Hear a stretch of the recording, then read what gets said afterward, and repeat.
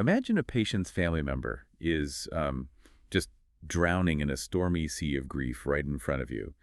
And, your first instinct as a healer is to jump right in after them. Yeah, absolutely. That is just the natural human instinct. Right. But today we're looking at why jumping in is, well, the absolute worst thing you can do for both of you. Because if you are a dedicated healthcare professional working here in Malaysia, you deal with pain every day. Every single day, yeah. Exactly. But what happens when your own empathy becomes an occupational hazard? So welcome to today's deep dive. We are exploring a concept from the book 𝗵𝗵 now pronounced 𝗵𝗵 by Dr. Feng Cheng Carr. And our mission today is to master this tool called the Empath's Shield. And it is such a critical tool because, well, we so often confuse deep compassion with emotional flooding. Take 𝗵𝗵, for example. She is a local behavior analyst. Okay, I think I know of her work. Yeah, she works really closely with parents of autistic children and kids with ADHD. And she hit this point where she was absorbing so much of their anger and, hopelessness that she was just completely exhausted by the end of every single day. Wow. Yeah, I can totally see that happening. And, to survive that exhaustion, she ended up building a wall, didn't she? She did, yeah. She just started throwing cold facts and clinical data at these parents. Right, just to protect her own emotional energy, which sadly just made the parents feel, a lot more alienated. Yeah, like she didn't care. Yeah. But I have to play devil's advocate here for a second. It feels so counterintuitive. How do you mean?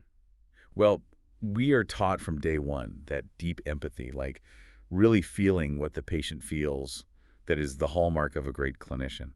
Doesn't putting up a shield make us a bit, cold? That is a totally valid concern. It really is. But we have to separate feeling compassion from, drowning in the storm. Right. Think of empathy as standing safely on a boat and throwing a life preserver to someone in the water. Emotional flooding, on the other hand, is jumping into the freezing waves alongside them. Oh, I see. Yeah, you simply cannot pull them to safety if your own head is slipping under the surface. Okay, so if I'm standing there in the clinic and the oceanal water is rising because, say, a patient is extremely distressed, how do I actually stay on the boat without them noticing I am, deploying a shield? Well, you use a really subtle grounding technique that Dr. Feng calls H.T.C. It stands for hearing, touching, and seeing. Hearing, touching, seeing. Got it. Yeah, and you can do it right in the middle of a heavy conversation. So hearing is taking a split second to notice an ambient sound, like the hum of the air conditioner. Oh, okay. Just tuning into the background. Exactly. Touching is just feeling the solid floor beneath your feet, or maybe the texture of the pen in your hand. And seeing is softly noticing a simple visual detail, like the pattern of light on the desk. That is so simple. It functions exactly like a lightning rod, doesn't it? Yeah, it really does. By forcing your brain to focus on those physical, present moment textures and sounds, you safely ground all that intense emotional electricity. Yeah, and biologically, this is crucial. Because when you absorb a patient's distress, your brain's emotional center sounds a massive alarm. It pushes you straight into fight or flight mode. Right, your heart races, you feel tense. Exactly. But when you actively focus your physical senses through H.T.C, you force your brain to shift resources away from that emotional alarm bell. Wow, okay. Yeah, it brings your focus back into immediate sensory processing. You literally interrupt the flooding before it overtakes your nervous system. Which creates a safe space in your own mind.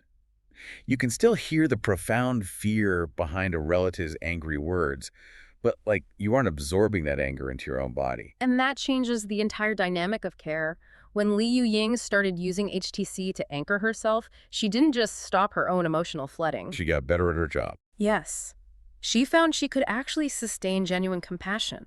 She stopped reacting defensively and started truly holding space for the parent's grief.